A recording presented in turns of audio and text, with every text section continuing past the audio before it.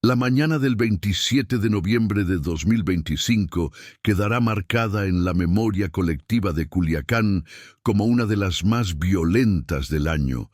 Todo comenzó con información de inteligencia que llegó desde la Ciudad de México hasta el comando de la Niméride Zona Militar en Sinaloa. Reportes filtrados indican que elementos de inteligencia militar habían estado monitoreando durante semanas movimientos sospechosos en la sindicatura de Costa Rica, al noroeste de la capital sinaloense, donde detectores de radiofrecuencia captaron comunicaciones encriptadas provenientes de un área rural conocida como el 10. Las señales mostraban patrones consistentes con las operaciones del cártel de Sinaloa, específicamente de una célula que había intensificado sus actividades tras los enfrentamientos internos entre facciones rivales que comenzaron en septiembre.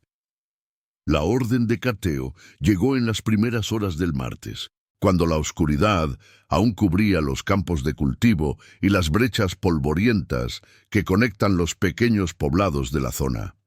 Un convoy militar compuesto por al menos 15 vehículos tácticos tipo Sandcat y camionetas blindadas salió del cuartel con dirección norte, llevando consigo a más de 100 efectivos del ejército mexicano fuertemente armados. Antes de continuar con esta investigación, queremos invitarte a suscribirte al canal para no perderte ningún detalle de lo que está ocurriendo en México. También déjanos en los comentarios desde dónde nos estás viendo. Tu apoyo nos permite seguir trayéndote información verificada y análisis profundos sobre la realidad que vivimos. El convoy militar avanzaba en formación táctica por la carretera estatal que conecta Culiacán con El Dorado, una vía de 2 carriles, rodeada por sembradíos de maíz y sorgo, que en esta época del año presentan tonalidades doradas bajo el sol matutino. Los habitantes de las comunidades cercanas reportaron haber escuchado el rugido de los motores diésel alrededor de las 5:30 de la mañana, cuando la temperatura apenas alcanzaba los 16 grados centígrados y una ligera neblina cubría los campos. Don Esteban Leiva, un agricultor de 62 años que vive en el ejido San Isidro, recordaría después que salió de su casa al escuchar el estruendo y vio pasar la caravana militar levantando nubes de polvo. Iban a toda velocidad, con las torretas girando. Yo le dije a mi mujer que se metiera a la casa porque cuando vienen así es porque va a haber bronca. Declaró más tarde a un equipo de reporteros locales que llegó a la zona. El destino del operativo era un rancho ubicado aproximadamente a 7 kilómetros de la carretera principal, adentrándose por una brecha de terracería que serpentea entre mezquites y huizaches, vegetación típica del norte de Sinaloa. El predio, conocido localmente como Rancho El Paraíso, había sido identificado por inteligencia militar como una posible casa de seguridad y centro de almacenamiento del cártel de Sinaloa. Los datos recopilados durante semanas sugerían que el lugar funcionaba como búnker táctico para una célula operativa liderada por un individuo conocido con el alias de El Ruso, un lugarteniente de confianza dentro de la estructura de los Chapitos. Las interceptaciones de comunicaciones indicaban que desde ese punto se coordinaban movimientos de personal armado, se almacenaban armas de alto calibre y se realizaban reuniones estratégicas relacionadas con el control territorial de la zona metropolitana de Culiacán y sus alrededores. La información también señalaba que el rancho contaba con sistemas de vigilancia avanzados, incluyendo cámaras térmicas, drones de reconocimiento y una red de halcones distribuidos en un radio de varios kilómetros que alertaban sobre cualquier presencia militar o policial. Esta red de vigilancia era precisamente uno de los mayores desafíos para el operativo, ya que permitía a los grupos criminales activar protocolos de escape o confrontación con varios minutos de anticipación. Sin embargo, la estrategia militar para esta ocasión incluía un elemento sorpresa.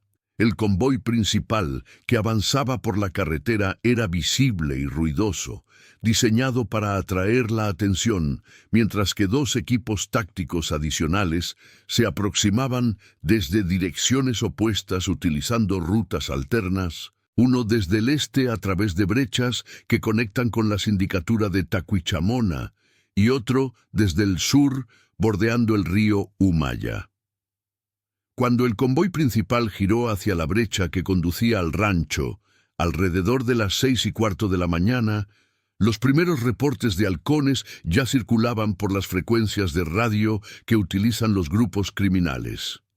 «Están entrando guachos por el 10 y vienen en convoy, traen todo el paquete», decía una voz en una grabación que posteriormente fue filtrada a medios locales. La respuesta no se hizo esperar. A los pocos minutos, habitantes de comunidades cercanas comenzaron a reportar movimientos inusuales. Camionetas sin placas circulando a alta velocidad, hombres armados tomando posiciones en puntos estratégicos de la carretera y lo que más inquietaba a la población civil, el sonido inconfundible de cuernos de chivo siendo montados y preparados. María Elena Contreras, maestra de primaria en la comunidad de La Primavera, contó que estaba preparando el desayuno de sus hijos cuando escuchó las primeras ráfagas de disparos a la distancia. «Pensé que eran cohetes al principio, pero luego se escuchó más fuerte y más seguido. Les dije a mis niños que se tiraran al piso y nos metimos al baño, que es el cuarto más alejado de la calle», relató con voz temblorosa días después del incidente. El enfrentamiento estalló con una intensidad que tomó por sorpresa incluso a los elementos militares más experimentados, según fuentes castrenses que pidieron mantener el anonimato por razones de seguridad. El convoy principal fue emboscado a aproximadamente 2 kilómetros del objetivo, en un tramo donde la brecha se estrecha entre dos elevaciones naturales del terreno cubiertas de vegetación densa. Desde esas posiciones elevadas, sicarios del cártel de Sinaloa abrieron fuego con armas de alto poder, incluyendo fusiles AR-15, AK-47, también conocidos como cuernos de chivo, y al menos 2 ametralladoras calibre 50 montadas en camionetas. Los primeros impactos alcanzaron la carrocería blindada de los vehículos militares, produciendo un estruendo metálico que se mezcló con el tableteo constante de las armas automáticas. Los soldados respondieron inmediatamente, desplegándose en formación táctica y estableciendo posiciones defensivas utilizando los vehículos como cobertura. El intercambio de disparos se extendió durante más de 40 minutos sin interrupción, con intensidades que variaban según los movimientos de ambos bandos. Los criminales intentaban flanquear la posición militar, mientras que los soldados mantenían el perímetro y solicitaban refuerzos aéreos. El ruido de la batalla era tan intenso que se escuchaba claramente en poblados ubicados a más de 5 kilómetros de distancia. Testimonios de residentes de la zona describieron escenas de pánico generalizado. Don Ramiro Beltrán, un ganadero que vive en un pequeño rancho a 3 kilómetros del lugar del enfrentamiento, narró que estaba ordeñando a sus vacas cuando empezó el tiroteo. Se escuchaba horrible, como si fuera una guerra de verdad. Las vacas se asustaron y echaron a correr. Yo me metí debajo de la camioneta y ahí me quedé tirado como media hora, rezando para que no se acercaran, dijo con la voz entrecortada. Su esposa, desde el interior de la vivienda, intentaba comunicarse por teléfono con familiares en Culiacán, pero las líneas de celular comenzaron a fallar, probablemente debido a la saturación de las redes o a inhibidores de señal que algunos grupos criminales utilizan durante enfrentamientos. Mientras tanto, en la cabecera municipal de Costa Rica, las autoridades locales activaron protocolos de emergencia. El síndico municipal, a través de las redes sociales oficiales, emitió un mensaje urgente a la población. Se reporta enfrentamiento armado en la zona de El 10. Solicitamos a la ciudadanía mantenerse en sus domicilios, alejarse de ventanas y seguir las indicaciones de las autoridades. Están trabajando elementos del ejército en la zona. Sin embargo, para muchos habitantes, la recomendación llegó tarde, ya que varios trabajadores ya habían salido rumbo a sus empleos en Culiacán o en los campos agrícolas de la región. El operativo militar, sin embargo, no se limitaba únicamente al punto donde ocurría el enfrentamiento principal. Los equipos tácticos que se habían desplegado por rutas alternas lograron llegar hasta las inmediaciones del rancho El Paraíso, mientras la atención de los sicarios estaba concentrada en la emboscada del convoy principal. Esta maniobra de pinzas permitió que un grupo de fuerzas especiales del ejército pudiera aproximarse al objetivo real con mayor sigilo.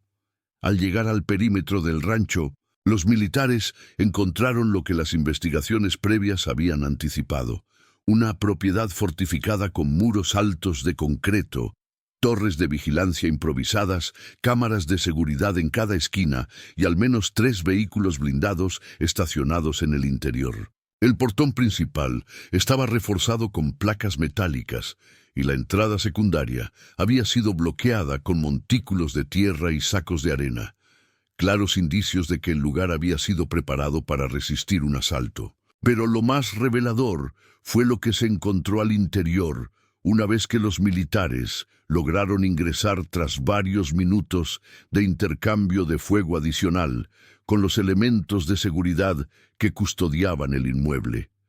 El búnker descubierto era significativamente más elaborado de lo que los reportes de inteligencia habían estimado. En el sótano de la construcción principal, accesible mediante una trampilla oculta bajo una alfombra en una de las habitaciones, se encontró un espacio fortificado de aproximadamente 40 metros cuadrados, con paredes reforzadas con láminas de acero y un sistema de ventilación independiente. Dentro del búnker había un arsenal que incluía más de 50 armas largas de diversos calibres, miles de cartuchos de munición, chalecos balísticos de nivel 4, equipos de visión nocturna, radios de comunicación satelital y, lo que más llamó la atención de los investigadores, documentación relacionada con rutas de distribución, nombres en clave de operadores en diferentes estados del país y mapas detallados de Culiacán, con puntos estratégicos marcados. También se encontraron equipos de cómputo que fueron asegurados para su análisis forense, en busca de información digital que pudiera revelar estructuras operativas más amplias del cártel. En una habitación adyacente al búnker principal, los elementos militares descubrieron algo igualmente inquietante, evidencia de que el lugar había sido utilizado recientemente como centro de interrogatorios, con manchas de sangre en las paredes y el piso, herramientas que sugerían uso para tortura y cadenas fijadas a estructuras de concreto. Pero el hallazgo del búnker no marcó el fin de la violencia. Mientras los equipos forenses militares comenzaban a documentar y asegurar la evidencia encontrada en el rancho, el enfrentamiento principal en la brecha continuaba con intermitencias. Los sicarios, al darse cuenta de que habían perdido el control del búnker, modificaron su estrategia de emboscada por una de hostigamiento y retirada.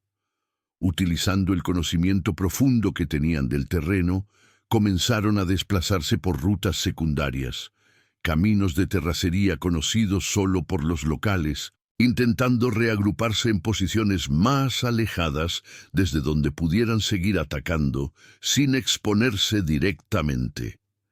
Esta táctica de guerrilla rural es característica de los grupos criminales en Sinaloa, donde el dominio del territorio y las redes de apoyo comunitario voluntarias o forzadas les permiten moverse con relativa facilidad, incluso bajo presión militar. Algunos testigos reportaron haber visto sicarios abandonando camionetas en medio del monte y huyendo a pie entre la vegetación, mientras que otros vehículos continuaban circulando para dar la impresión de mayor presencia y confundir a las fuerzas militares. La duración total del enfrentamiento superó las 3 horas, un periodo extraordinariamente largo que refleja la determinación de ambos bandos. Para el mediodía, cuando el sol alcanzaba su punto más alto y la temperatura superaba los 30 grados centígrados, el tiroteo finalmente comenzó a disminuir en intensidad.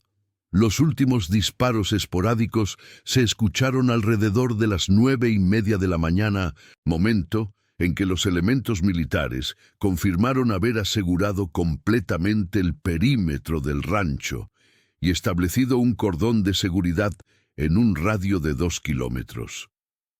Sin embargo, el silencio que siguió no trajo tranquilidad inmediata a los habitantes de la zona. El temor generalizado era que los grupos criminales regresaran durante la noche para tomar represalias contra quienes consideraran que habían colaborado con las autoridades, una práctica que lamentablemente no es infrecuente en estas situaciones. Familias enteras comenzaron a empacar pertenencias esenciales, preparándose para abandonar temporalmente sus hogares y buscar refugio con familiares en Culiacán o en otras ciudades alejadas de la zona de conflicto. El saldo oficial del enfrentamiento tardó en confirmarse, como suele suceder en estos operativos de alta intensidad, donde el conteo preciso de bajas y heridos requiere verificación exhaustiva.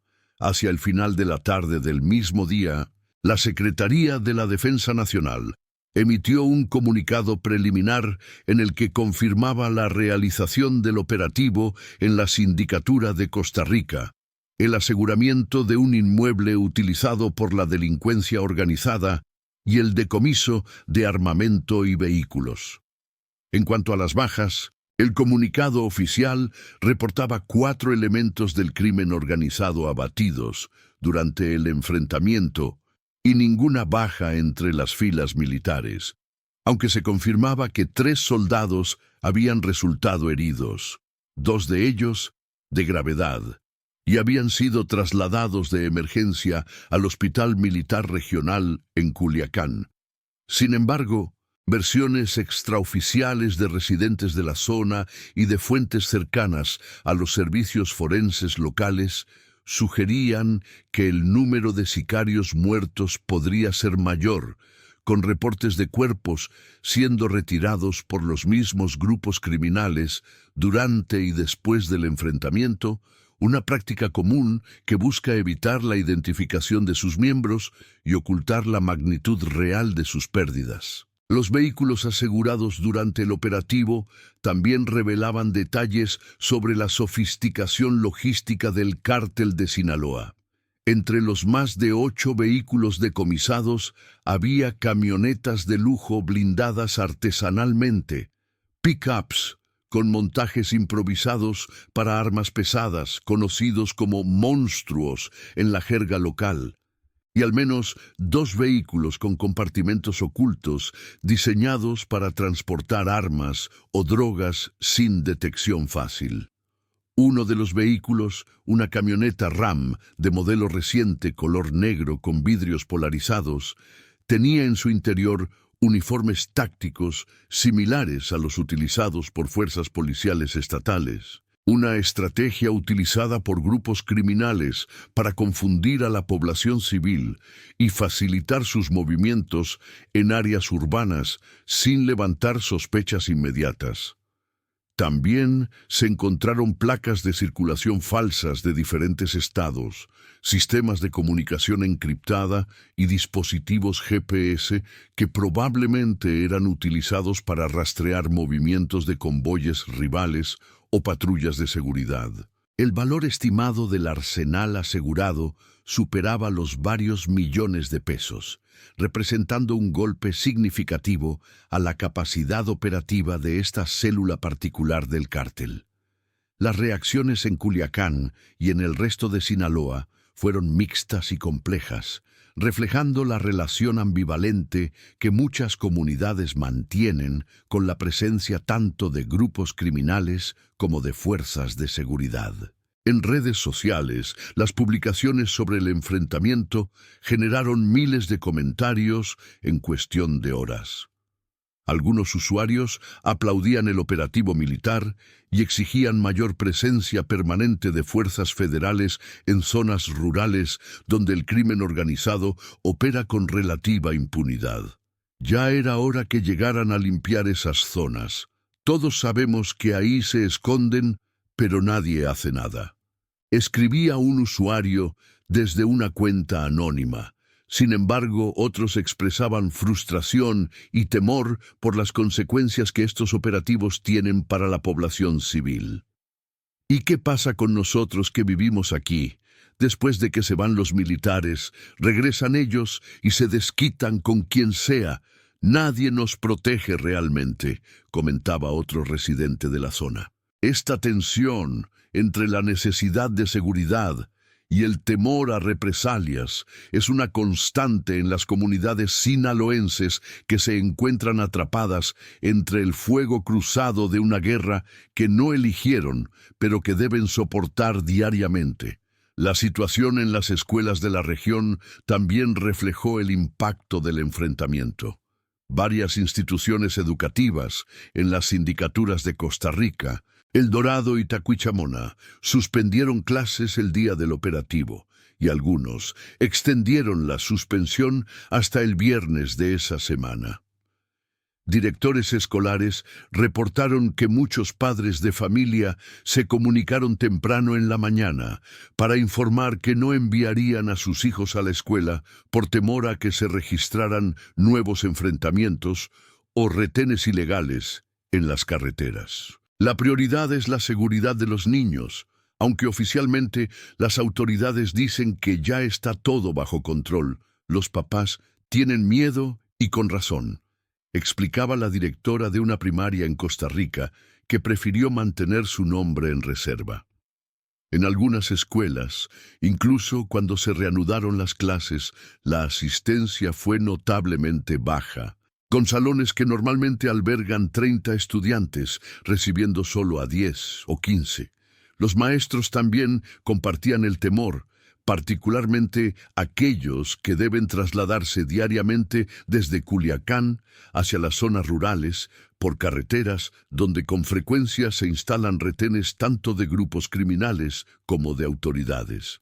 El comercio en la región sufrió un impacto inmediato y prolongado. Tiendas de abarrotes, farmacias y gasolineras en comunidades cercanas al lugar del enfrentamiento cerraron sus puertas durante todo el día del operativo y algunas no las reabrieron hasta varios días después. Don Arturo Valdés, propietario de una tienda de abarrotes en el poblado de San Isidro, comentó que las ventas cayeron drásticamente incluso después de reabrir. La gente tiene miedo de salir. Prefieren quedarse encerrados en sus casas. Hay señoras que normalmente vienen a diario a comprar tortillas o leche y no las he visto en toda la semana, explicaba mientras acomodaba mercancía en los estantes casi vacíos de clientes. Las pérdidas económicas para pequeños comerciantes en estas situaciones son significativas y rara vez son compensadas por alguna instancia gubernamental, convirtiendo cada enfrentamiento en una crisis no solo de seguridad, sino también económica para familias que viven al día. Los repartidores de refrescos, cerveza y otros productos dejaron de hacer entregas en la zona durante varios días, argumentando que las empresas para las que trabajan les prohibieron ingresar a áreas consideradas de alto riesgo, lo que agravó el desabastecimiento en tiendas locales.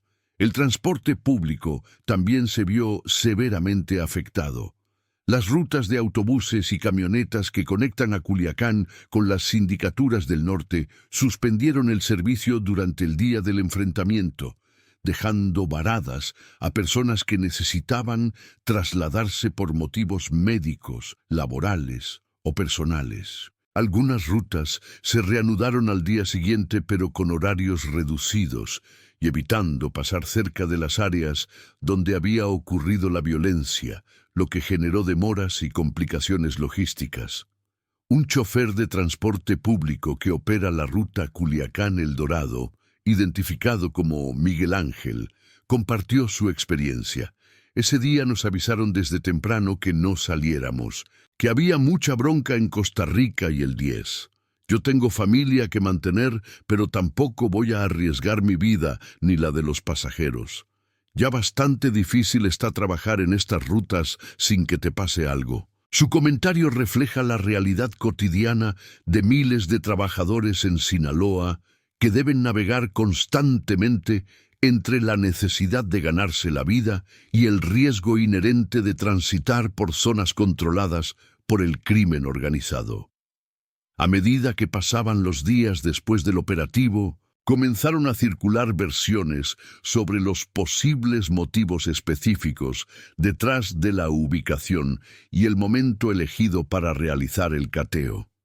Analistas de seguridad y periodistas especializados en el tema del narcotráfico señalaban que el enfrentamiento ocurría en un contexto más amplio de reestructuración interna dentro del cártel de Sinaloa. Desde la captura de Ismael El Mayo Zambada en julio de 2024 y los subsecuentes enfrentamientos entre la facción de los Chapitos y la facción de los Mayos, el estado de Sinaloa ha experimentado un recrudecimiento de la violencia con disputas territoriales que se han intensificado particularmente en la región de Culiacán y sus alrededores. El búnker descubierto en el 10 estaba ubicado estratégicamente en una zona que sirve como corredor hacia la Sierra Sinaloense, región donde tradicionalmente se cultiva amapola y marihuana, y desde donde se coordinan rutas de trasiego hacia la costa del Pacífico